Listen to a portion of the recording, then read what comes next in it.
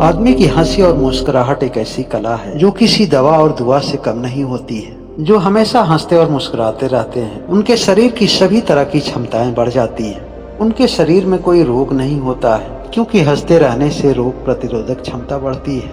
यह कला तो परमात्मा ने सबको दिया है, लेकिन लोगों का जीवन इतना व्यस्त हो चुका है कि अपनी इस क्षमता को धीरे धीरे वह भूलते ही जा रहे हैं। उनके याद हैं तो केवल उनके सपने और उन सपनों से जुड़ी हुई उनकी योजनाएं। चीन की एक बहुत ही प्रचलित कथा है।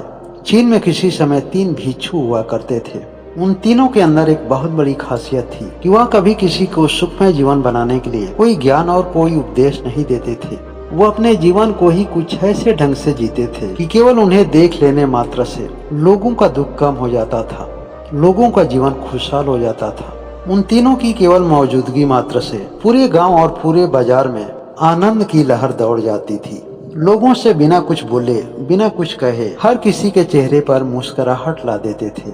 अब आपके मन में यह प्रश्न होगा कि यह कैसे संभव है? यह तो केवल एक चमत्कार ही कर सकता है। तो आप लोगों की जानकारी के लिए बता दें कि वह तीनों बौद्ध भिक्षु किसी चमत्कारी से कम नहीं थे। उनका हर दिन का एक नियम था। वह किसी गांव में जाकर या किसी बाजार में जाकर वह तीनों एक जगह खड़ा होते थे और बिना कुछ कहे तीनों हंसने लगते थे। वह हंसते समय इस तरह इस कदर तालीन होते थे कि उस वक्त अपने आप को भी भूल जाते थे। उनकी हंसी से लोग आकर्षित होते थे। लोगों को उनके हंसने का कारण तो नहीं पता चलता था, लेकिन उन्हें देखने वाले अपने आप को हंसने से रोक नहीं पाते थे।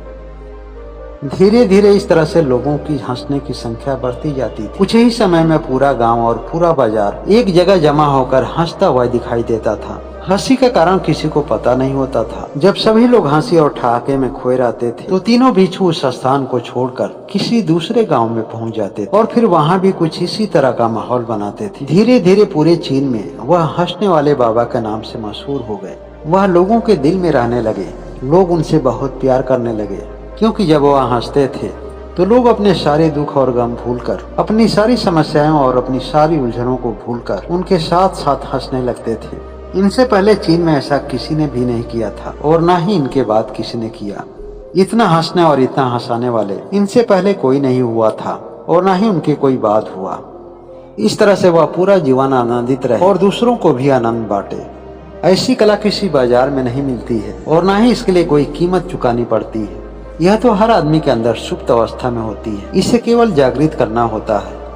इसे समझने और अपने अंदर की क्षमता को जानने की जरूरत होती है। संत, सन्यासी और फकीर इस काम में इसलिए निपुण होते हैं कि वह खुद को जानने में, खुद को समझने में अपने जीवन का सारा समय बिताते हैं। उनके जीवन का उद्देश्य ही होता है स्वयं को जान लेना, अपने जीवन को जान लेना। समय गुजरता गया और तीनों भिक्षु बूढ़े हो गए। एक रात तीनों एक गाँव में ठहरे। उसी रात उन तीनों भिक्षुओं में से एक की अचानक मौत हो गई। ऐसा देखकर सभी गांव वाले स्तब्ध हो गए। अब तक जो सभी गांव वाले उन तीनों भिक्षुओं को एक साथ हंसते हुए देखा था, अचानक इस दुख के माहौल को लोग स्वीकार नहीं कर पा रहे थे। लोगों का मस्तिष्क इस बात को स्वीकार करने के लिए तैयार नहीं हो पा रहा था कि जो सबको जीवन भर हंसाते रहे वह अचानक दूसरों के दुख का कारण कैसे बन सकता है। इसलिए पूरे क्षेत्रों में शोक व्याप्त था। चारों तरफ उदासी छाई हुई थी। उस भिक्षु की मौत की खबर जहाँ जहाँ तक पहुँची, लोगों की भीड़ बढ़ती गई। सुबह होते होते वहाँ पर भारी तादाद में लोग इकट्ठा हो गए।